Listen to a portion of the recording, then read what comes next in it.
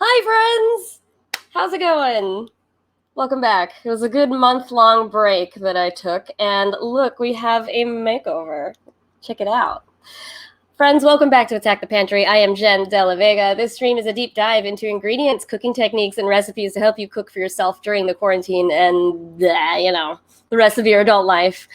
Do you like the new look? Throw us an egg in the chat if you like what you're seeing or hearing. Happy to see you all.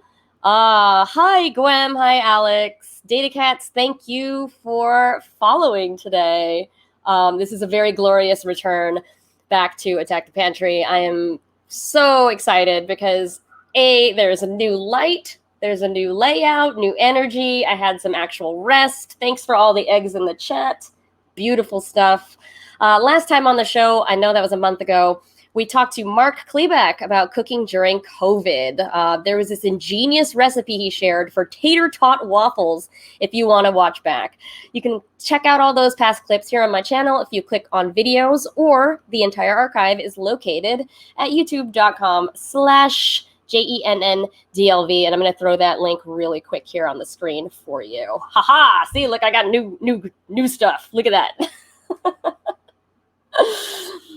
So yes, I'm a Twitch affiliate. It's really amazing. That means I make a little bit of money if you subscribe to the channel and help us keep it running. Or if you have Amazon Prime, you get a free subscription every month to Twitch. So just connect your account if you click on that purple button that says gift a sub. Yay. Or connect real money to it and, give me dollars, whatever. There are lots of really great links below the video here to help us out. One thing you can do right now is to tweet and tell people you watching the show, because then we can have more people in the chat and hang out. It's going to be really fun. So yeah, please tell people what's going on. Below the video, if you scroll down, there's a new design. Yay. And B, a few new blocks. The most important ones are submit your photos. So for next stream, you can tag me on Instagram and show me your cooking photos. So there's an easy button for that now if you don't already follow me there. There's Patreon link, which is what I use to pay the bills and keep this stuff running. And then a new affiliate sponsor is OMSOM, which is an Asian American woman-led company. They make these wonderful ingredients that they're called starter packs. And so you can make stir fries and noodles and all sorts of things with it. And I love their product. I love them. I love their vision. So if you click through that link and buy some from them, you actually support Asian American women on both sides of the transaction. So me and them, which is very exciting. But hello to everyone who is watching. We've got a lot going on today, and I have a really special guest. I'm so excited for my guest. Please welcome, please welcome my friend, Jorge. Hi. How are you? I am wonderful. You look fabulous. I was just let me just take these off for a second. Excuse me? Yeah, oh my god, I gotta get on Jenn's show, so I have something, You had props. I know, and that's gonna, Ooh, you had an apron. Yeah, I mean, girl, I was in the kitchen. I was doing the thing, Oh my goodness. You're just like straight from the frying pan into this hot seat. Into the hot seat with me. Yes, it's hot up in this kitchen. I know. I'm going to put some eggs on the screen to celebrate you, because that's the way we show love here in the chat, is to share eggs. We're dealing with a hurricane that just passed by. So, you got to cook, eat, drink, all that. All of it at once. Yeah, absolutely. All of it at once. Can you tell the nice folks who you are and what you do? Hi. Well, I am officially Jorge, and I'm Jenn's friend from back in the day. I know we're gonna tell that story. We'll get into it in a minute. Yeah. But I'm into media production. I'm actually a television host and running around in the world of social media. I do a lot of brand partnerships, but one of the really cool things that I do is I create media suites for events where we make all the people at these conferences or events that you go to, we make them the star and give them the full sit on the couch, let me ask you the questions kind of treatment. Good times. And yeah. That's Um, me. what is a link that we can use to put on the screen to get people Oh, to follow you? Tell you can, me. you can follow me on Instagram as I am officially Jorge. Yeah, okay, I'm typing it right now. You can get We're right. gonna throw it on the screen because But we're it's fancy. so funny because I'm so lame. I'm so like lame. You know, you get caught up and you do all this work because I also produce like on the side, which is not really the side anymore. But I produce a super fabulous Facebook Live show called Mocha in the Morning. Mocha in the morning. Yes, and that show is, of course, our market is women of color, and it's a fantastic show. I mean, I have different bloggers on, a national publicist, other folks in the industry, and it's super great. I get to chime in like a little bit, hop in and out, but it's been a really really great time. Actually just producing, content for other people. And in this fall, we will have 2 more shows coming out. One's going to be fashion related, and one is going to be about mental health. And it's all, Wonderful. and it's all geared towards women and women of color. So super excited. Yeah, that turned into like a fun thing for me to do with my girlfriends. That's turned into 5 years later. Now we're creating, right? Now it's a part-time job. Yeah, we have to create like a network now for all these shows because, just all of you want all this content. The demand is there, so let's do it. Yeah, I love that you're using the platform that way. So how do we know each other? Okay, so this is a story because we talked about this, but then you didn't like finish it. I did not. Right? So I had just gotten out of like actually really doing like traditional live television, right? Mm-hmm. I was kind of like at this crossroads just with what am I going to do with my life? What is there to do? Should I just like retire, move to Paris and just cook? So I was like, yeah, that's not an option. And so a friend of mine, turned me on to Blogalicious. And I'm like, yeah. Blogalicious? Like, what's that? What's Blogalicious? Right? So, YouTubers, Instagrammers, micro influencers. And I'm like, yeah, I come from TV. So yeah, I don't need this. I don't know if that's my jam, and I don't know if I'm going to like fit in. So I go. And I'm like, well, what are they going to like show me and teach me that I don't already know? Because like, yeah, I was also a little bit like that as well. Yeah. My goodness. Well, no one told me that Jenn was going to be there. Yeah. So we meet. It's like, it's so funny. When like sunshine meets sunshine? Yes. It was very that, right? Yes, for us, yes. Like eye contact equals connection, and you have such a beautiful smile, and I love smiling, and so we just kind of hit it off. Because you have such an awesome sense of humor, and we were kicking it like all weekend. I think you were working with Flipboard at the time. Yes, I was working with Flipboard at the time. I was working with a lot of bloggers to make sure their content was being seen. I'm sorry to interrupt for a second. We have this thing that happens on Twitch, means we got rated. You know what that means? No. Oh, this is a very exciting thing. Being rated means that somebody brought their audience.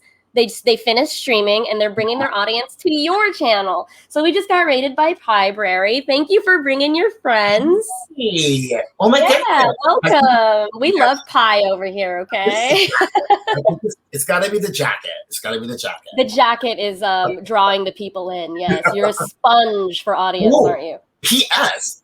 This is my very first Twitch experience. Really?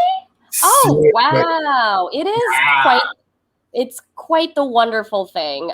So yeah, we're going to throw up a thanks here to Pieberry. Thank you so much. If you don't know Pieberry's channel, Ryan bakes a pie every day. Oh my goodness. So you can watch this whole process from beginning to end, and it's very exciting. Oh my God, it's so we eat a pie every single day. Yeah, today was a creme brulee bananas Foster pie. It looked so cute. I didn't even see the end. But everybody, please give a follow if you don't follow already. But thank you for bringing folks in. But we're continuing our story of how we met. We kick it, right? We kicked it. Right? I got so totally into this event. We hung out all weekend. We tore up the dance floor. Yeah, we really killed it on the dance floor. I shared the Instagram story on Oh my account. If anybody wants to see the story, it's linked on my Instagram below the video. So you can check it out. So much fun. And I really got into it. And I really thought, I could really make a lane for myself in this kind of business. And it really helped that because of you, I was on the front page of a Flipboard. So yes, that's right. It was so fun. But I don't even know. I'm not going to say how long ago it was because time does not pass for this skin and your skin. Like we're not going to do that. It had to be at least 20 minutes. Do you remember my shoes? Your shoes were bright orange. Yes, the bright orange. They were incredible. And like someone tweeted a picture. They were up like on whatever kind of floor it was, a super high floor. They took a picture from their hotel room window and saw your shoes. And all you see is like you and me and my shoes. Oh my gosh. That's amazing. This is the part that I don't know if you remember. And then what I do. And then this is the part, careers and bumpings into each other. Yeah. Then we also ran into each other without even we didn't plan it or anything, but we were doing our thing, working the rounds. So I saw you at Blog Her. Blog Her, yes. I was speaking at that conference. Yeah, yes, you were. But do you remember what we did? Did we scream and make like a huge? We did, but do you remember what we were screaming about? No, I don't remember what we were screaming about. I mean, no, we can, right? Okay, so. We were screaming about the vagina challenge. That's right. The vagina challenge. There's some funny sponsors at these conferences sometimes. And they kept trying to shill products at us. And we were just yelling about this vagina challenge. We were just, this is ridiculous. We will spare everybody the details. But yeah that is how we met and kept encountering each other at conferences and events. I miss cons. I miss conferences. I hope I get to go back to them soon. You too. Oh, man. But this is Jorge, everybody. Please say hello. Give a follow if you can. I'm going to put that your Instagram back up on the screen. Welcome, everyone. Emily, glad to see you. Jenn tearing it up on the dance floor. Shocker. Yeah, it's true. I love to cut a rug. I might do that at Caveat when we do the live show in a couple weeks, which is gonna be really fun. But I'm gonna do something really risky that most people don't do is share my screen. Ooh. I'm gonna share my screen. Actually, I'm going to change. So I'm new to this layout thing, so I have to change a few things before I go. I change. Yes, I change it right to left so that I can share the screen and you'll be able to see my folders and stuff. Oh wow! Oh. Yeah. We get to see your office files and everything. Yeah, so I have a very clean desktop. I promise you, it's not scary. There's no porn. But we're gonna look at so we're both on the screen, right? I just want to double check. Yes, we are. Someone clocked my rainbow light. That's right underneath Wonder Woman. Yes, that is Emily. Emily is complimenting your light. Oh, good. You can still hear us. You can still see us. So I've got the chat on my phone, so I can still keep track with all of you. But if you would like to be featured in this part of the show, all you have to do is tag me on Instagram and Twitter with your cooking photos or photos of food that you're curious about, and we will chat about it. So this week, Bear Claw sent in an Instagram photo of a cow peck. Ooh. Cow peck. I don't think I've ever gotten a large cut like this that is a cow peck. But when you say peck, I think pectoral muscles. Yeah? Yeah. Wow. It's a very large cut of meat. It looks like it has a very generous fat cap with lots of pepper on the outside. Looks like a long day of smoking this meat. And I think here's a grilled version of it here. Ooh. That's a large piece of meat. That's a lot of meat. Large piece of meat. Bear Claw, you got to tell us how this went and how you ate it. I'm very curious to see. Drip, who... Hey, Drip. So Drip is somebody who has made all of the pixel eggs that you all are sharing in the chat. So she does pixel art. So like doing square by square, zoomed in, and then zooms out, and you can see that it's a burger. you know, that kind of stuff. But Drip also has a channel on Twitch. It's DROMGP on Twitch, and you can watch her do this live on Tuesday nights at 9 p.m. I think it's Central, 9 p.m. Central. But you'll just have to follow her channel and check it out. And you can see there's a burger, there's a dumpling, a really cheesy piece of pizza, and do you know what that fourth thing is? Is that a taco? Or It's very specific. It's a crunch wrap from Taco Bell. I was close. I had taco in it. Yeah, it's a crunch wrap. Yeah, it has components of a taco in there for sure. This is from my aunt. Actually, I asked people on Facebook to send things in as well. So my aunt loves to cook a lot of Filipino food. Her signature dish is called giniling. Have you ever had giniling, Jorge? No. Oh, well, you know what? I may have if you tell me what it is, because Sure. I'm Puerto Rican and I love Filipino food. And so, yeah, I'm all about it. Because a lot of the food is very similar. Yes, it is. Like what we call pollo guisao, you guys call like chicken adobo. Yes, it is. Yeah. And I'm like, So, hey. so this is a stewed ground beef with potato. It usually has a lot of like greens, like collard greens or kale mixed in with it. And you eat it over rice.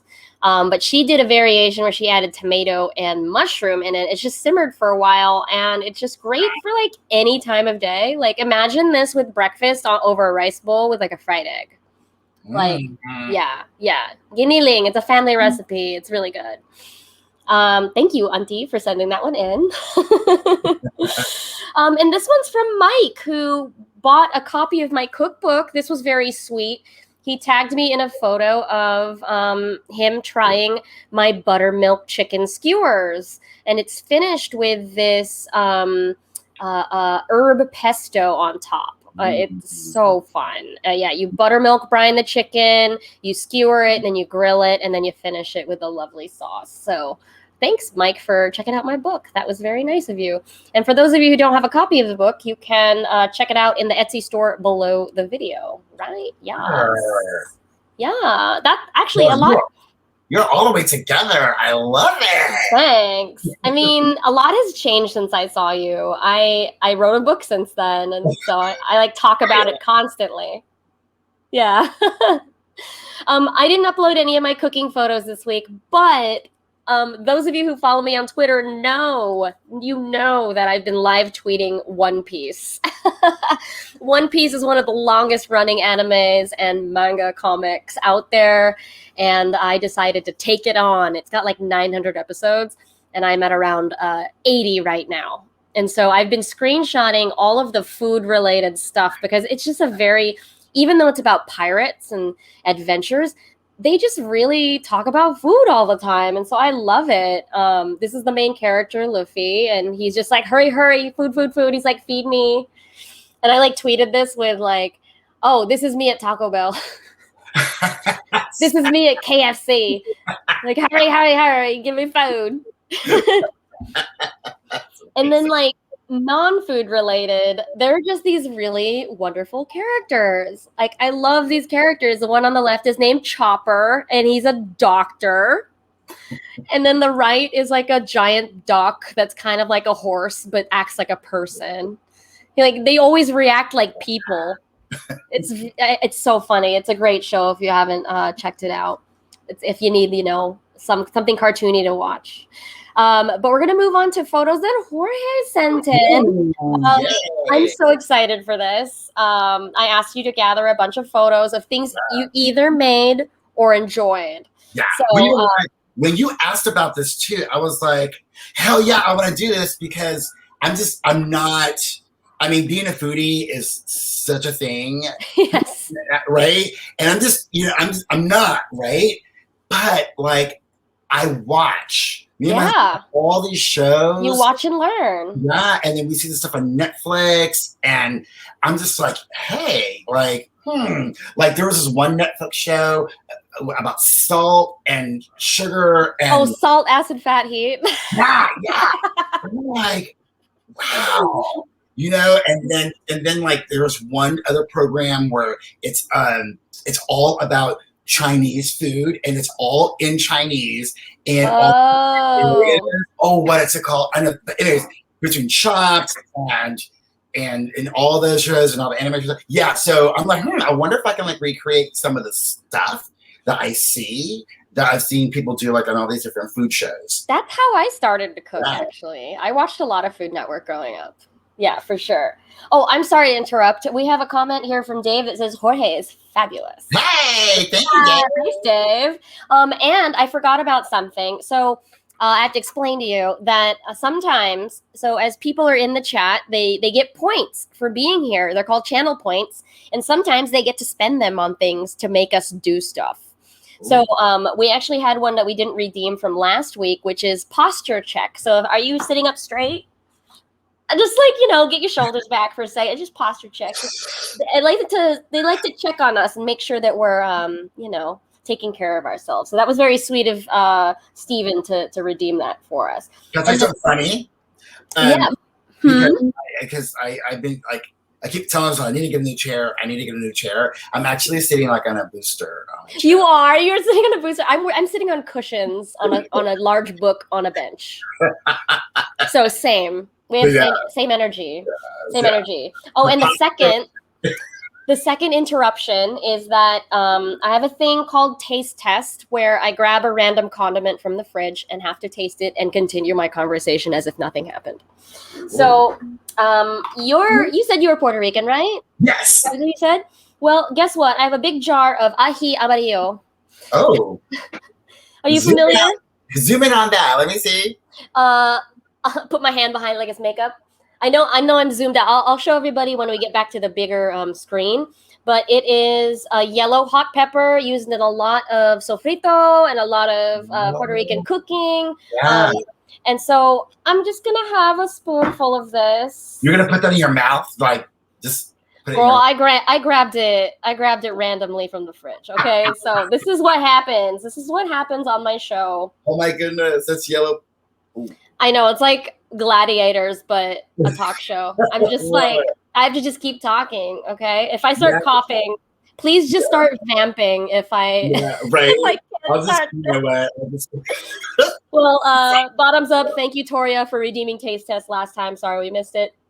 But there's still another Taste Test to redeem in the chat if you would like to take it.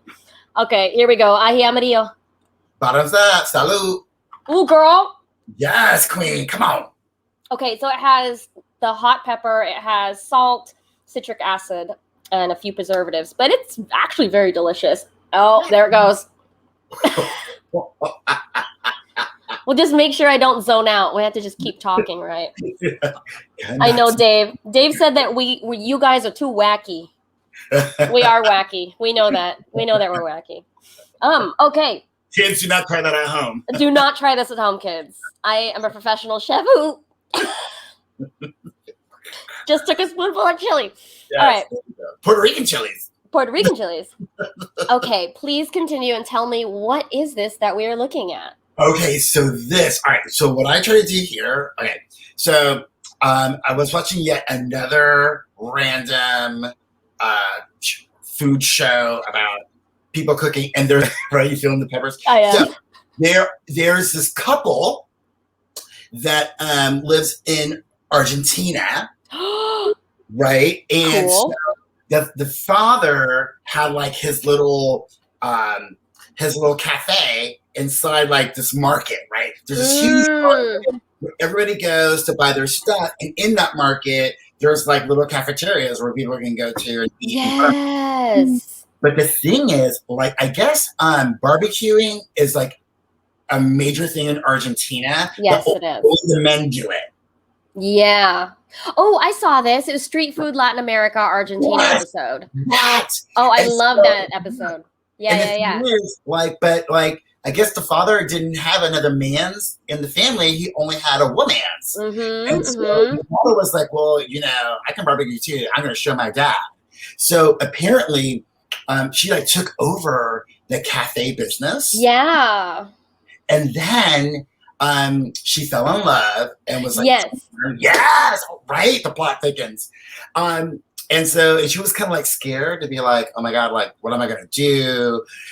Should I bring like the love of my life and we could run this and this could be our future because of my family and blah, blah, blah, blah, blah. Well, anyways, happy ending. They totally got together and they turned it. I mean, they turned it. It was a great story. Yeah, Amazing really story. It was doing the thing, playing soccer and everything. Well, this is one of the things that they made that's like one of their most popular dishes. And it's, well, I guess you would call it like what, like a quiche or something, but it's like 1,000 eggs, right? Yes. And like 10 pounds of mozzarella cheese. Mm. And I'm That's like, my kind of food. I'm like, oh, I can totally make that. Yeah.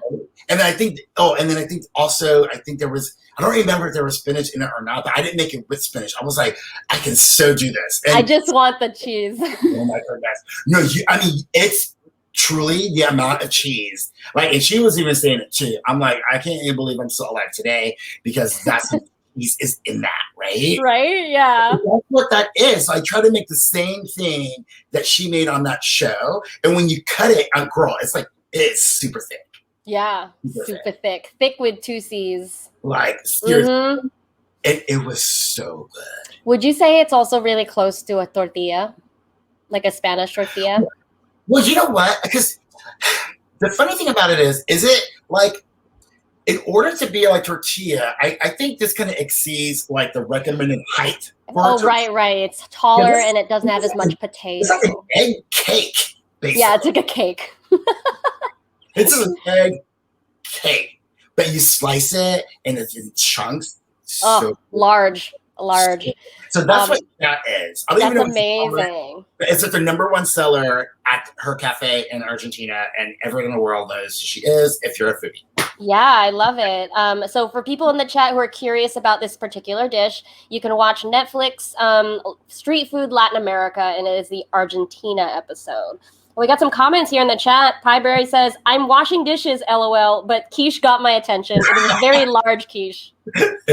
Yeah, right. All right. The pan makes it look like it's little, but seriously, it was like, deep. Yeah, it was a deep pan. I was like cool. Watching it. I'm like, oh my God, it's like floating in the air. And then I got freaked out when I pulled it out and it started deflating. I was like, oh my God. No. I'm like, oh man. But actually, it just got back to the right size that it was supposed to be because it was, oh my God, it's a monster. It looks amazing. Emily says, quiche always gets my attention. And she got the side eye emoji going on in there. Thanks, Emily. What is this casserole business? Please tell us. Okay, this is funny. What happened? My sister is terrible. Her food is horrible, right? Oh, come on. But my mom is a really good cook. Like everybody loves my mom's food, right? And so at one point, she said, oh, I'm gonna make, a pot roast because I know your husband, he loves pot roast. My husband is from Scranton, Ohio. So, he's not all about he's about rice and beans, but he needs his Scranton, Ohio kind of like food, right? So he was like, oh yeah, your mom said she was gonna make me a pot roast. And I'm like, oh no, she's not. I'm gonna make you a pot roast. I will make it for you. I will make it the best. So what I did is I just kind of pot roast, how can it be, right? I go to the store, I just ask for hey, what is a pot roast? Like, how do you buy that? No, I'm glad you asked questions. That's the #1 thing you do. How do you buy that? And then how many days does it take to cook it? Because when you mention pot roast, it just seems like it's just major production where you need a team of people to plan and order and do and whatever. So then I'm on my phone at the grocery store and I just Google pictures of pot roast and just visually I'm I see how I'm gonna do this. I got this. And that's what I did. I bought what I thought was supposed to go in the pot roast, right? Yeah. And put it in the slow cooker. Oh, nice. Yes. And and this is a habit that I have whenever I cook any kind of beef, right? Or meat, right? It's red meat, right? Beef, red meat. Is that the same thing? Yes. So everything in that category because pork is not that. No. Perfect. So what I do is I add honey to it. Honey? For whatever reason, I just kind of thought, wouldn't honey kind of like, kind of get into it and massage it and kind of like make it kind of like soften it up a little bit. I mean, because sometimes I like when I take a bath, I throw like honey in the water and my skin is all like super soft. We're not cooking you. We're cooking. So I thought, I wonder if I did that, if that would make the meat like softer or have a little something to it, right? Yes, you are right. That hunch is right. Sour cream and then the broth from the actual whatever. Mm-hmm. And then I try to thicken it, and then I do the vegetables in there, and I just sort of like sit there and just hang out. Yeah. And that's what it came out like. It turned out. It's great. Turned it. I was like, ooh, this is good. Come on, Scranton. Yeah. So to illustrate or explain one of the concepts you just told us about is it's going to sound really scientific. It's really not that complicated, but it's basically osmosis. So you remember osmosis from 7th grade chemistry? It's how water passes through a membrane. Oh. So there's always this concept of hypotonic and hypertonic solutions. And so if you were to put an egg into a saltwater solution, the egg shrinks a little bit because the salt is drawing water out of the egg, right? So when you put sugar, the egg will blow up a little bit and soften the skin, soften the outside. So what you're doing is doing a water exchange between the broth that's on the outside of the beef, and it's going in to the beef with the sugar. So it's having this wonderful, it's trying to reach equilibrium. Yeah. And the sugar does that. Sugar and salt both do that. So you'll see recipes that balance the two. And also, because I am Puerto Rican and I just kind of like, from seeing what my mom does, I tend to put sofrito and adobo in everything. And then I also do the organic sea salt, the crunchy kind. That's the Malden salt. Yes. Yeah, that. I love that stuff. Yeah. And so those are. You should sponsor me. They're always around. They're like my cooking squad. Right. It's like seasonings. Yes, I love your mise en place. Your very specific mise. Oh, me. Yes. Yeah. Hey, tell me about what's happening here. Okay, this is what's happening here. So I was in Amsterdam. Amsterdam. Yes. Okay. Queen. And I was like, so other than like edibles and weed, what else do you do? Tell me. Okay, what's on the tower here? So these are like the very like but everybody in the Netherlands and all the Dutch, this is like their thing. It comes like in the 3-tier. I don't have the third plate in there, but the top of it, I think it's like some sort of like pork fat fried. It's like a fried pork fat. When you bite into it, it's like if you have like bacon and you just cut off like the nut stuff, like whatever that white gangly stuff. The fat. Yeah. Wow. It's some sort of creamy consistency of that, but then it's like this ball that's fried and you dip it in that sauce. I want it. That is kind of like, my mouth is watering. Yeah, right? And I'm just like, if someone would have told me what was in there, I would have never eaten it. But when you bite into it, you're just like, give me more. Explosion. Like, I don't know, it's just like this warmth that like just enters your body. And you feel like, I can see why this is a thing here. Because it's like, it looks delicious. Outside, it was like delicious. Doesn't it just look like a paparena? Yeah, that's what I thought it was going to be. I thought, it's like a papa rellena. Yeah. The rellena was not the papa. It's not a papa. It's pork. Like other stuff. But you know what I find very interesting, like especially like when I travel, like I'll like find like all these like fun foods and experiment and whatever. And in Puerto Rico, like a lot of times, like I would hear my grandmother say or my mom say, "Oh, that's poor people's food. That's poor people's food." And I'm just like, well, they have Yeah. to, yeah, because like every time I eat poor people's food, it is the bomb. It is so good. So- There's like, yeah, no reason to discount humble foods. Like, yeah, Poor they're delicious. They're doing the job. right? And when you say it in Spanish, it doesn't sound like that. Right. Yes. It's actually a very it's very sincere, like, and very like, oh, like warm and cozy. When you say it, it just, when you say it in English, it sounds like, you're right. But anyway, so yeah, so that's what that was. But it's like the thing, and underneath it are, I think it's some sort of it's a fried gizzard of something. Yeah. Ooh, yum. I mean, that outside looks very crispy. Yeah, super. That was super crispy, and that was upstairs was like super warm and flaky. You would Oh think it was man. crispy, but it just looks crispy, but it's not. It turned into more flaky, but downstairs was super crispy, even like all the way through, like throughout. And like when you got into it, there would be like maybe like a chewy part, but it would come like at the right time. Mm. It was like, you got to, just your teeth, just when it sunk into. Yeah, mouthfeel is very important when it comes to food. My teeth were like, ooh. We just got a couple of wonderful comments in the chat. LT, welcome. He said just in time for the biology when I was talking about the science earlier. David, glad to see you. David said a couple things here. Poor people got it figured out worldwide as far as cuisine goes. A+, I agree.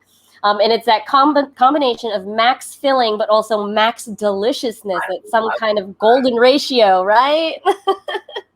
I agree. Gold. I agree. Gold. What are those little bits behind these little cigarillos? What is that? I think what that is it looks like it's supposed to be like a lumpia. Oh, magic word.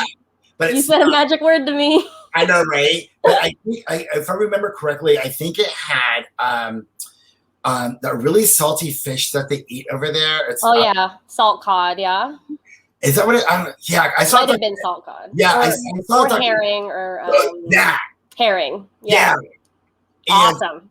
But very like not a whole lot of it. Just kind of just enough. My husband loves anchovies and all that kind of super salty. Ooh. I'm like, well, if you wrap it in something and fry it, I'm sure I'll eat it. I mean, seriously, I will eat it. I will eat it. That's like a thing. That's like a thing in the Netherlands. Like it's like, I mean, they eat it out of the jar. They just pick it up. Oh, and eels. I've only really had Japanese eels. I haven't had eels prepared by anyone else yet. Yeah, they're cold. Not yet. Yeah. So when you're in the Netherlands, check that little 3-tier plate thing. Okay, what's on this pizza? Tell us what's on this pizza. Well, I mean, I don't trust people who don't like pizza. I love pizza. This is hilarious. I actually have a cousin who has a pizzeria. Oh. And sometimes I get to have a lot of fun. You're spoiled. You're so spoiled. I get to have a lot of fun at the pizzeria. Amazing. And so her husband is from Naples, right? And so, like birthplace of like, pizza. And so it's like a thing in the family. I mean, they have like their like stone oven thing, whatever, brick. Yeah, that. In their house. But so anytime we have like a fun pizza night and Vince is doing the thing, I get to play around and pretend like I know how to do that too. It's beautiful. Yeah, he makes the dough and everything. Like it's like I call it decorated. I was like decorated with all the stuff. But what's really cool is that the pizza that you eat like when you're in Naples is not like the pizza you eat here, and you eat it. You have to eat it like a certain way. Yes. You like fold it once and you fold it again and you eat it like that. Like between the sauce, the ingredients, and whatever, it's like night and day. But I mean, I'll eat either. Yeah, seriously. And it looks like you have a cream sauce. Is that right? Or Alfredo-y kind of situation? Actually, you know what? There is no sauce on it. It's just the arugula. The arugula, the prosciutto. right? Mm-hmm. The fresh Parmesan On top. on top. Cool. And underneath it is a very thin layer of buffalo. You have a surprise buffalo in there? It's underneath the greenery. Cool. No sauce. And what's really fun about that was like, how do you eat pizza like they're like no sauce? And so I'm like, what's gonna happen here? And I loved it because like the stuff that's on top looks like it's just free flowing all over like the actual dough pie, but it's not, girl. It's like stuck. That's awesome. You know, when you bite into it, I love it. You're making me so hungry. It's stuck together. It doesn't like fall off the pizza. It's like adhered to the cheese. Oh. Like, and you know, I never knew like how like, you know, mozzarella buffalo is major. Yes. And now I love it. I always feel like, you know, if I haven't had mozzarella that has been bathing in its own, you know, way, yeah. I'm like, I don't want it. That's true. Like the best quality mozzarellas out there will generally be sold in the whey still, or in its brine. If it's been taken out, it's not sort of living in its ideal environment, right? Like it's a little more dried out. Yeah. That's a good tip for people out there who are going to buy mozzarella. Well, let's try to speed through these so we can get through your questions. Oh, sure. All right. What is happening here? Okay, so now by looking at this, you know exactly where I'm from, representing Puerto Rico. Well, there's this way that we eat fish, and my mom calls it chio. And so what that is red snapper. And and so we like to fry our fish. Oh my God. And it's super fried, super golden. And then underneath it, when you like lift up that chunk and it's like fresh snapper and it's like steamy but crunchy, but on the inside it's like super soft. Oh, I love. Yeah. And there's just some things, of course, arroz with the rice, with the plátanos, you know, and some French fries, because like, you know. Because you gotta have French fries. Right? Fries. But that's like it's such a thing. Like some people will eat their fish like they'll like broil it, you know, or they bake it. You know, I just kind of like, you know, when I have fish like that, sometimes I feel like doesn't really taste like anything. It's just kind of like it kind of takes on the taste of whatever you're eating it with. Yeah. When you have it like this, girl, and there's like, a lot of flavors here. Yeah, with the skin, I'm all about some crispy fish skin. Me too. Like, yes, and yeah, it kind of adds to the flavor of everything else. Like nothing takes over. It's kind of like when you do the fish like that, the fish is saying, "I'm driving," and the rest of you I'm driving. No, I'm driving. are along to drive. You know what I mean? Yeah, I know what you mean. Oh my God. It tastes very secondary, but I love eating fish like that. And it's like, I remember as a kid, I'm like, and I love crunching on the tail. Oh, yes, the tail. Just like a little chicharron at the end. My mom will like suck on like the head and yeah, I'll leave that to my older relatives. I'll want the crunchy tail. That's old school Puerto Rican. I just want that crunchy. I'm like nouveau Puerto Rican. Yeah. I love that so much. Delicious. There's a beautiful presentation too. Yeah. Just like a full dinner, just like right there. That's incredible. Yeah, good stuff. Okay, what are you doing? Okay, so remember I told you I told you about my cousin, how they have a pizzeria. Yeah. And so this is so funny. So I was like, oh my gosh, I want to help kind of thing. And this was they were the pizza vendor for a Smashing Pumpkins concert. What? Yeah. And so this is a Raymond James, right? My life right now, right? Did you get to go to the concert as well? Yeah. I was like, that's hilarious. That rules. That's amazing. No, my cousin calls like, hey, listen, do you want to go to a concert? I'm like, sure. Yeah, it's Smashing Pumpkins. Yeah, Vince is doing all the pizza over there. I'm like, okay. I'm like, can I go back there and help them make pizza? I mean, for the gram.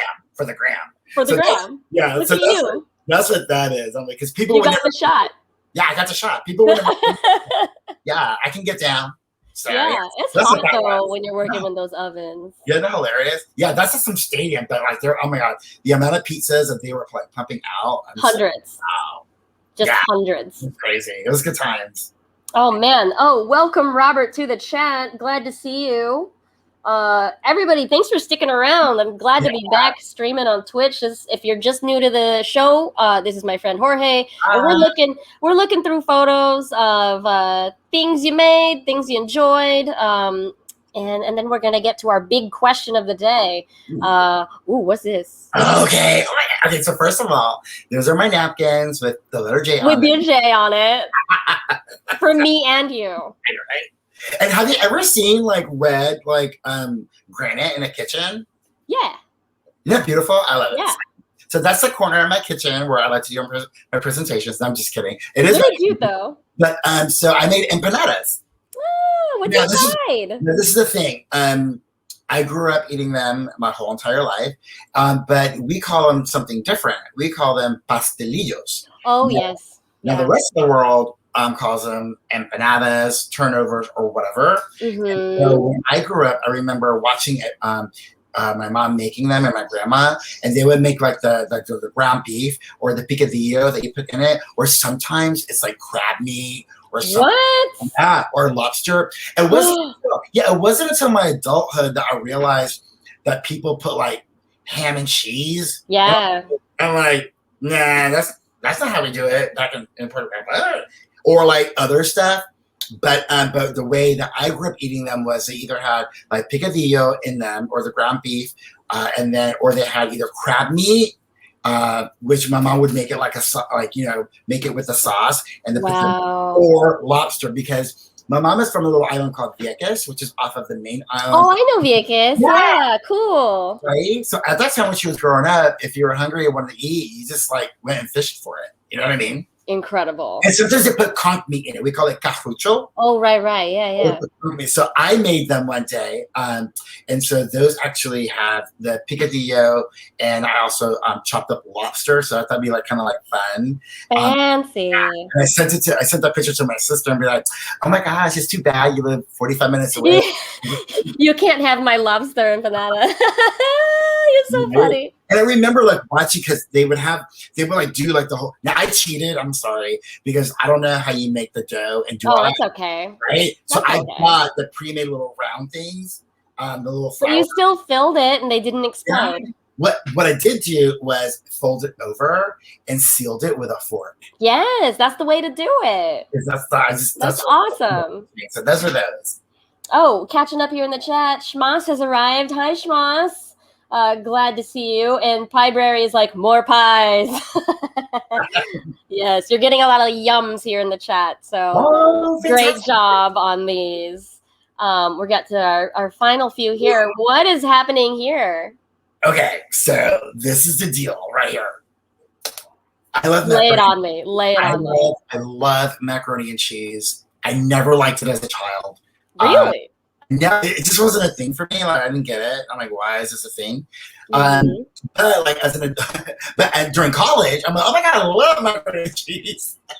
But I really do. And so what's crazy is that, let me know if you think I'm weird, but no. I like the box macaroni and cheese. I do too. Whatever's in that packet, I mean, I can sell that in the black market and get top dollar for it. Whatever's in that.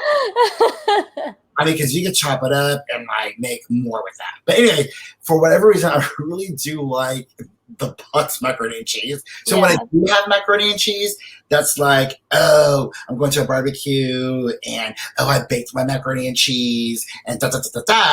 I was kind of so then I was like, Jorge, you know what?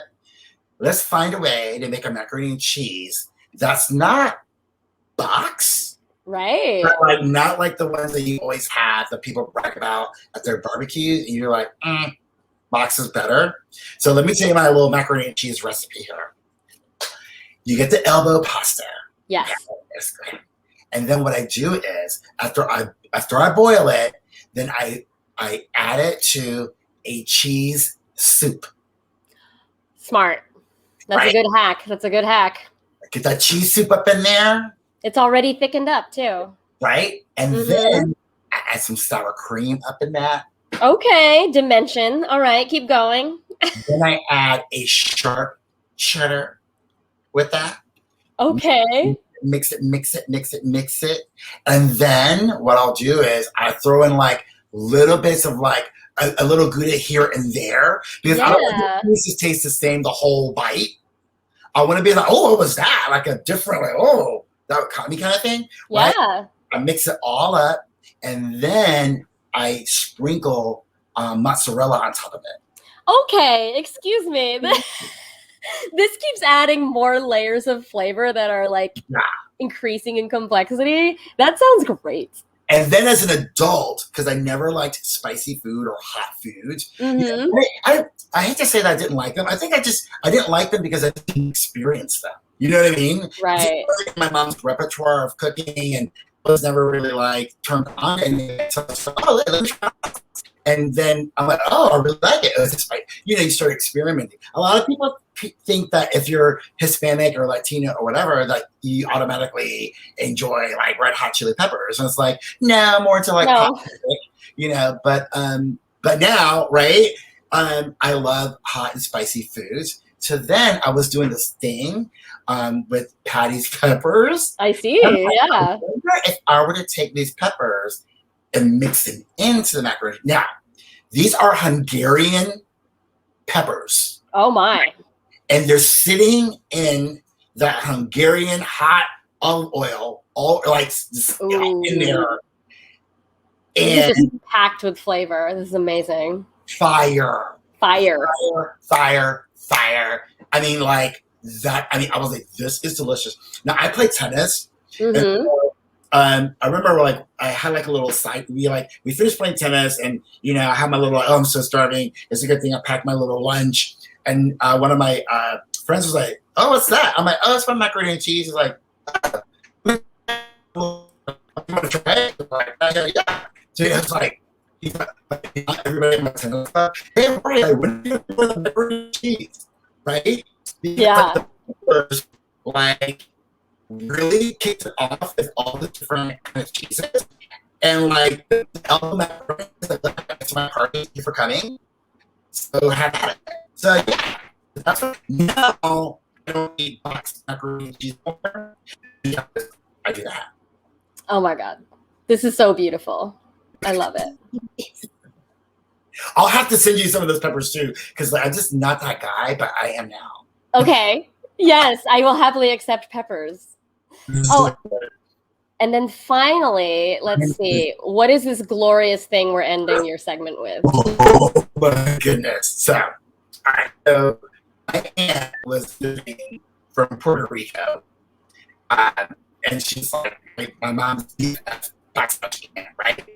And I think like we had taken her to dinner, and so if I do things, I always bring her along because that's my mom's like girl. So I kind of show her that me and my husband are very like, sure, we'll take you and my mom, we'll take the girls out, and we'll show them a good time.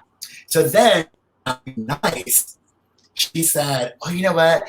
I'm gonna give Bob like this beautiful like cobbler. Ooh. You're gonna love it. So she made it, and when I went to go pick it up at my mom's house, I was like, my husband's not gonna eat this. So I had to pretend and be like, oh, thank you so much. We're gonna love it. Man. And I brought it home, and my husband's like, I'm not eating that. I'm like, I know. But then I was like, but you know what? I'm gonna figure out how to make it. Yeah. And you're gonna eat it, and you're gonna love it. So I go out to the grocery store. I'm like, how hard can this be? I'm thinking, okay, so I remember cobbler, like it has to be crunchy, right? And then you need something to kind of cover it on top. Yeah. You need the fruit. Now, peach cobbler and whatever. So you know what I did is I bought those golden honey granola bars. Are you kidding me? Yeah, and I smashed them up. Like smash. Right? Oh wow. And then and so I was like, oh, this can be like when I make the crust. And then what I did is like I melted like some sugar and butter and kind of threw the crushed granola crunchy bar or whatever in there, and I flattened it out. And then I bought like the Pillsbury Doughboy like already like flaky pie crust stuff. Yeah, right. And like cut it up. And then I I bought raspberries and blackberries and Oh my strawberries. God, yes. Then like I set some aside and then I mushed the other ones up because I let them just sit there and get all like room temperature-y. And I just smush, smush, smush. And then I went to my bar and got the simple syrup that I use like in cocktails. And I put all that in there and I Oh my gosh, where are you getting this ideas? I don't know. I'm just thinking like, I don't know, like make it work. And then That's amazing. I took all the smush stuff and saved some of the crunched up granola bars and mixed it in with the smush. And then put unsmushed fruit on top. And then I cut the pie crust thing to make it look like that, like abs. Like abs, not a window, abs. Right? And then I took the butter spray and sprayed the top of it. And then I baked it. It looks great. And then we ate it. And I was like, oh, this is good. Yeah. Oh my gosh, you got comments here. With ice cream. Getting a little Sandra Lee semi-homemade here. Yeah, this and the previous dish. OMG, like the Nature Valley bars. That's such a good idea. Yeah, because they're BOGO. Like, buy one, get one free. I'm like, yeah. Oh, yeah. Emily is confirming those super crunchy, sweet granola bars sound so good in that format. I bet, Shma says, I bet they would be great as like a cheesecake crust too. Look at you inspiring people. Oh my goodness. All right. I'm like, it's got to taste good, right? All right, I'm going to switch back to our lovely new designed format. Welcome back to the show, everybody, if you're joining us midway through. Jorge was just showing me things that you've made and enjoyed, in the recent past. And don't forget, you can click on my Instagram account below the video. It says submit if you want to show off your photos for next week. I'd love to keep cheering everybody on. Actually, I forgot. We have one more video from Gwen. Oh, hi, Puppy. Hi, Puppy. So we'll be here. We're gonna play a quick minute video here with Gwen. Let's see if our here we go. For Rand, which is the pit mistress. Ooh. So I've been having a smoke out today inside the ride, inside London town. Got some ribs on. Been inspired by the barbecue edition of your show. So these ribs have been cooking for 3.5 hours. 3 hour cooking the ribs. Around 150 degrees Celsius, which is 300 degrees Fahrenheit. And here we go. Look, they look incredible. I must say. So I've been smoking these ribs with applewood. As you can see, lovely. The meat is gorgeous, tender. It's almost shredding itself and falling off the bone there as I cut it. I guess I haven't come yet, but I'm going to exercise Pitmaster's privilege. Yeah, and try some right now. These ribs. Yeah, always cash in on the Pitmaster's privilege. Superb. I know. I'm starving too. I know. Languages show. Yeah, thanks, Gwen, for sending that in. Wow. Agreed, Shmas. I'm starving as well. Now that we're back in this format, I can highlight all of your comments. Thank you, everybody, for hanging out with us. Yeah, so Jorge, you had a large question for me for the show. So what was it? So when I knew that you were asking, about, or just, asking for people to participate, I was like, you know what, this would be perfect because, like, I love food, right? Yes. But I'm not a foodie. Right. I'm not, I don't think I'm a great cook, and I don't have any formal education in the culinary arts.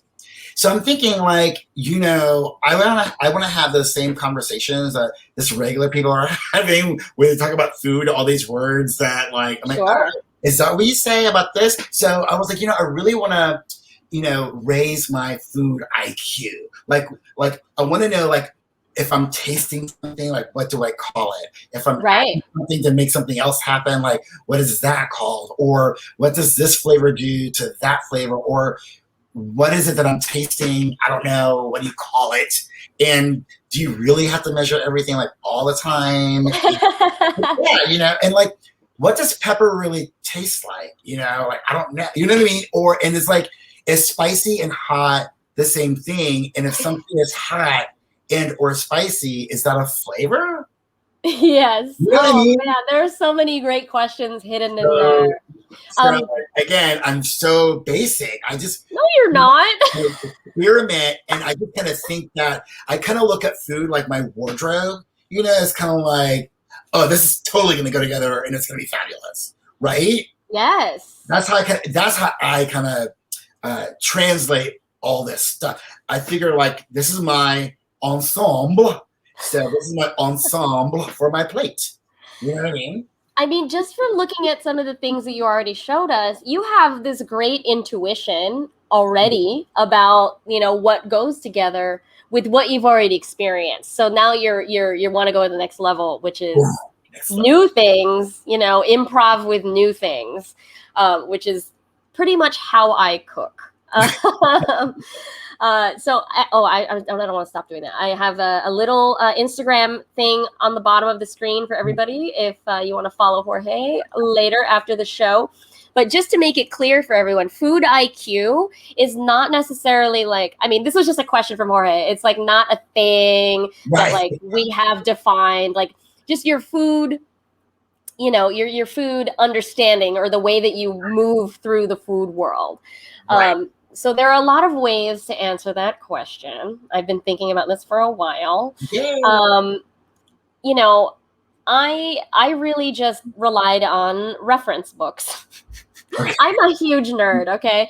So this is not for everybody, but for me, I treated reference books like they were novels. They were like the greatest love story, I'm there with you. Yeah, so you kind of have to find your beat. Just how like a journalist has a specialty. You got to think about like what is the thing you're going to be obsessed with for a while. You can be a generalist, you can skip around, but for me early on, it was cheese. It was cheese. There's this book called The Cheese Primer. It's by Steve Jenkins. He wrote a very comprehensive, like sort of encyclopedia of cheese, and I had it memorized. Oh my God. I read it over the course of 3 years. I would study. I would start crossing off cheeses that I've eaten. So I treated it as like a checklist, like exercises. Okay. And so along the way, there are things you learn about the science and the way things go together. The big thing I learned from the cheese books is that terroir matters. You know that concept of terroir? See? Oh, okay. That's the cute part. Okay, so terroir is the basic concept of the sense of place that you get when you eat something. So that comes from the soil. It comes from the upbringing of the animals or the fruits and vegetables. It's the very specific environment that something grew in. So this is very important in the cheese and wine world. So the really like shortcut rule for all of this is if the cheese and the wine are from the same place, they'll probably taste really good together. That makes total sense. Yeah. So, if the grapes are growing in the countryside where the same sheep and cows are eating the same stuff, it's all part of the same system. And so they'll have those notes of like the earth and the sunshine and like whatever the goats have been eating. So like, for example, one of my favorite cheeses is called Gaparon, and it's like a French cheese. And these cows eat all of this garlic. They just eat garlic because it's growing naturally in the field. So they just eat garlic. And then the milk has a little bit of a garlic note. Oh, yeah. Isn't that crazy? Yeah. So I love stuff like that. So terroir is a wonderful concept that is talked about a lot in the wine industry, but it applies to food as well. Yeah. Someone should get that word in the comments so I can see like how you spell terroir. It's Terror. I'll type it. Terroir. Terroir. OIR. Terroir. Because I can't make comments. I see them and I want to say, why can't you make comments? Well, I don't know. I don't think I'm supposed to. But anyways, I know people are saying stuff. So hi and thank you. I'm type, but I'm thinking I don't need anything else to do. Okay. Well, I will relay your comments if you want to put more comments, or you could just say things out loud, Thank you, Gwen, for sharing all of the links here. So I have a podcast that is also helpful for this, which is culinary word of the day. Ooh. It's Wow. 5 minutes or less. It's words in the food industry that are either in restaurants or in the kitchen or even in the farm world. So the first word in the whole little audio dictionary is agronomy, which is the study of mass crop, growing. Yeah. And we have a great comment here from McScuttlebutt. An animal's diet really does wonders for the end product. It's true. You can really taste it in organic and like really locally made stuff. So that's why when we had this food discussion with my friend Sam, who is also partially Puerto Rican, she said the closer the food is to you in your food system, the more like healthy and like supportive, like system supportive it will be for your body and for the environment. Yeah, that makes total sense. So cool. But going along that, like reference books are your friend. It just kind of depends on how you process information. Like, do you want a library of information or do you want to rely on a routine? Oh, right. That's two different ways of learning. So. Totally. For me, I like to have conversational information. Oh, you're an oral traditions person. So I'm thinking now I'm going to be like in the next conversation, I'm like, well, that probably doesn't taste good because, it's all about the terroir. and someone's going to be like, what the hell is that? I'm like, what the hell is that? See, that's what I'm talking about. That part right there. I'm glad that we could blow your mind with at least one concept on the show today. At least one. I'm wearing a t-shirt that's going to say I'm all about the terroir. If I may sell a book to all of you and to the chat, this is like one that's worth the investment. It is called the Flavor Bible. Have you heard of this? Flavor Bible. It's not actually Bible thick and it's not religious, but it's a really, I've said it a few times on the show before, if anybody remembers, but the Flavor Bible is a reference book, but it's not one where you read stories. I mean, there are some recipes in it, but it's literally just a lot of the common ingredients listed by what goes with it. Oh. Mm-hmm. Yeah, you would love that book.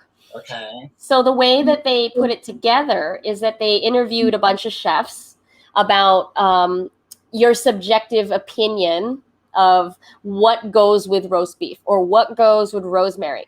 And so they've pulled all these people together and pulled it into one book. So Gwen just shared the link in the chat here. Amazon. Oh, it's a UK link, so make sure you check the right country. But it's called the Flavor Bible. And so they bold. So it'll be like broccoli, and it'll tell you all these things it goes with. But the ones that most people agree on will be bold. Oh. So it'll be like broccoli, red pepper flake, So you don't necessarily have to know everything or store it in your brain, but that book is very, very helpful if you're just trying to improv in the kitchen. It's my favorite, absolute favorite. They have some sample chapters online if you just go to their website. And I have a Barclays card from the UK that I can totally buy from Amazon. Okay, here's the US one. Thank you, Emily. Thank you, Emily, for sharing that. Y'all are helping me produce this show. Oh my God. But generally, so the way that I like to approach it is, like a journalist, like you have a beat that you care about or you get really obsessed about something for a little bit. And then you start to introduce other elements over time.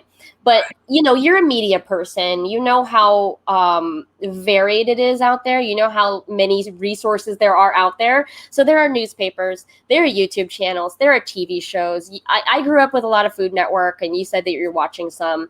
But there are so many other blogs. There's now Instagram and TikToks that are just solely about specific kinds of food. Wow. Like, it's incredible. There is a Chinese guy I'm following that just does outdoor grilling.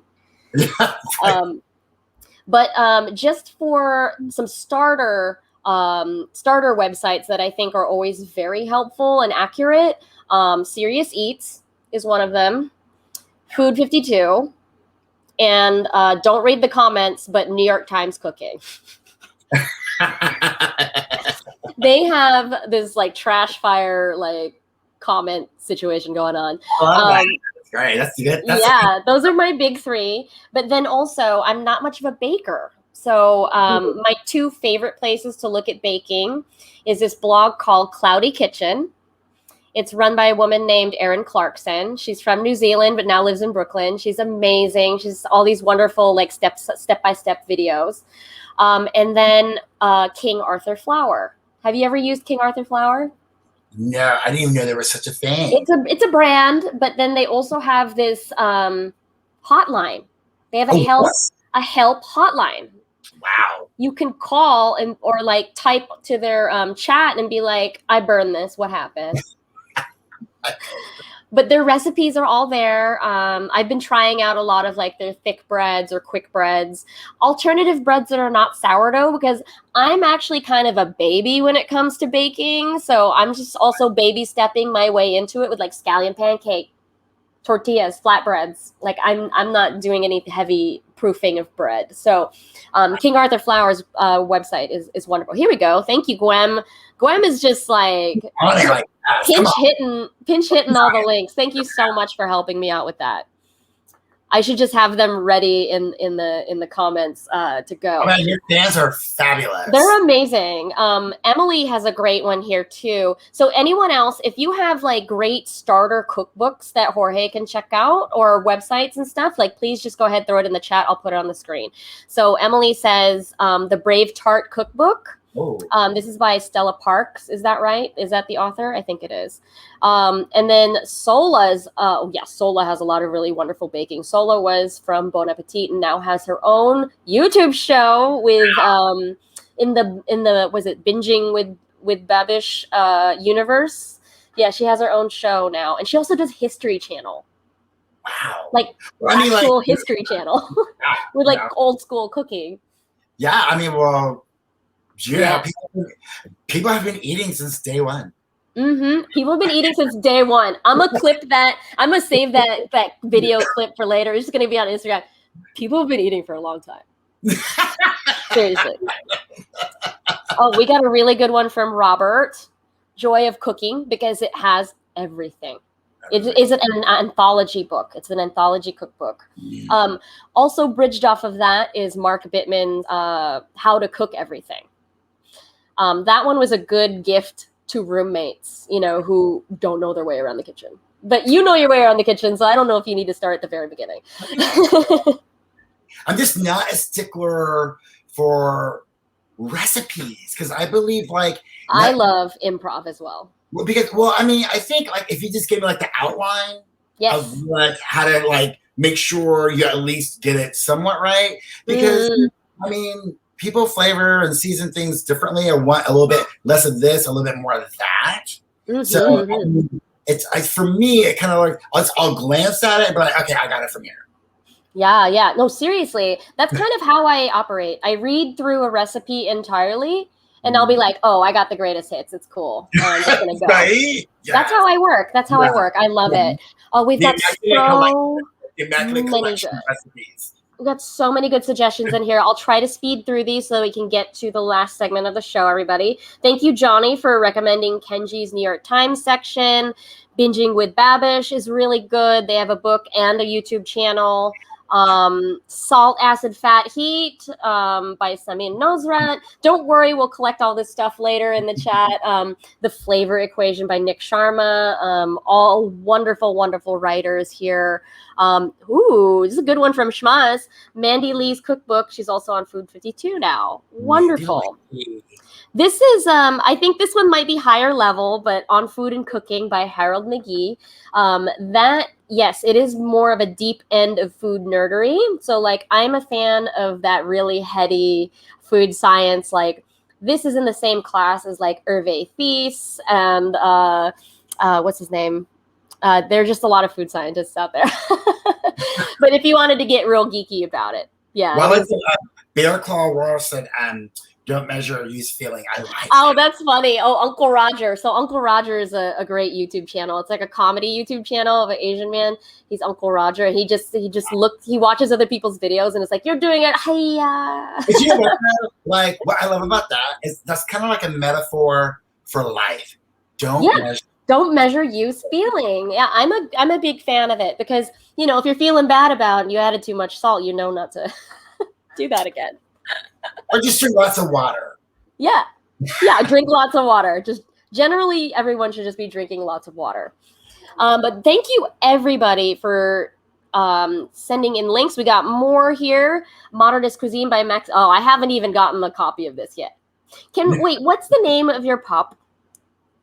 Who are you holding in your lap? What's their name? This is Logan. Logan. Hi, Logan. He's actually Logan Berry, but it's like, you know, he's just Logan right now. Right? Look at this puppy. Oh, whoa. You a little sausage. He's so sausage. He wants to do everything, and I'm just glad Amazon hasn't stopped by because he'll go nuts. Oh, we got one last here, one from Schmas. Chinese Cooking Demystified is an amazing YouTube channel. The ingredients can be intimidating, but the breakdowns and instructions are so good. Oh, I love that. Friends, if you have any more links that you want to share with us, please just tag me on Twitter. Like it's twitter.com/Randwiches. Here we go. We're going to put it up. Just at your fingertips. Your people are on it. I know. Y'all are just very helpful. They just want to be helpful. I love it. Thank you. For the last segment of the show, it's very, very fun. Don't be intimidated, but let's pretend we're on Chopped, everybody. So if you don't know the TV show, there's this basket with 4 mystery ingredients in it, and chefs have to use them to make a dish. In our case, you, the chat, will tell us what's in the basket. So shout out an ingredient for us to put in the basket. The first 4 will be the first ones that we use. Next time, try again and be faster. There are no wrong answers. So the purpose of the exercise is just to think about how far these ingredients can go and maybe inspire your next meal. So I'll go through them each individually just so you know what we're working with, and just start feeling free to tell us how you'd combine 2, 3, or all 4 of the ingredients. Imagine that you have a basic pantry and all the tools and time that you need. And remember just to feature the stuff in the basket. So what did we get in our basket today? We got Logan berries. Logan berries. Oh my, granola bars. Of course, the granola bars. Patty's peppers. Oh, actually, let's group together the Patty's peppers and the ancho chili, because, you know, perfect. Is there one more ingredient that someone wants to shout out? Real quick. While I quickly bring up Logan berries. Oh, wow. Okay. So this is an ingredient we haven't done in a while, or at all. It's a hybrid of the North American blackberry and the European raspberry. Oh. Yes. The plant and fruit resemble the blackberry more than the raspberry, but the fruit color is a dark red rather than the black and blackberries. They were an accident of berry breeding by James Harvey Logan, for whom they are named. They're cultivated commercially and by gardeners. So amazing. I didn't know there was another version of like the pluot, but it's a berry. That's amazing. Thank you for introducing us to this thing. Mascarpone. All right. Mascarpone. Okay, thank you. Hey, Johnny, thank you for subscribing today. Thanks for helping me keep the stream going. Next time I'll have a video, ready for every time someone subscribes. But next time. So to review, in our basket, we've got Logan berries. We've got granola bars, specifically the Nature Valley granola bar. We're going to use some Patty's peppers and some ancho chili. No pressure. You can choose one or the other or both. And then a mascarpone cheese. Okay, chat, let's go. Ooh. What is everybody thinking? Ooh. Do I get to do this too? Yes, you do. Okay, so you know what I'm going to do? Go ahead, tell me. Here's what I'm going to do. What I'm going to do is I'm going to take the granola bars, I'm going to flatten them out, I'm going to add some more honey, some sugar to them, and I'm going to roll it into a cone. And then what I'm gonna do is I'm gonna take the mascarpone and the logan berries, right? Okay, and then I'm going to mash that up and make a fabulous ice cream with that. A soft ice cream, and then I'm gonna take Patty's peppers. I'm gonna add some cinnamon to it, and I'm gonna throw in a little bit of Lisa, what's in my pantry? What do I got? What do I got? I'm gonna make like a nice little drizzle of a Patty's spicy drizzle. On top. That was like God tier answer. That was incredible. It's gonna melt into the bottom of that granola cone, sugar cone, because I'll wet the top of it with like the hard crystal sugar, so it sticks. My God! When you get to the bottom where everything's in the middle, you're gonna crunch, and it's gonna have like a sweet bite. You'll feel like you're in the Swiss Alps. I just love that you went head first. I totally did. You're just like, never mind about like if it's possible. It is possible. You were like, it is possible. Like, we're doing this. Yes. Oh, it was incredible. I love this comment from Emily. Ooh, a sweet, sour, spicy drizzle. Yes. Oh, yeah. Oh, look what you did to Johnny. I'm heating up leftover spaghetti while listening to this discussion and debating a bunch of my life choices. Yes. Imagine holding it in your hand. You went with the ice cream machine. This is always the killer on every food show. Is like, don't do the ice cream. I got eliminated from a show for using the ice cream machine. My goodness.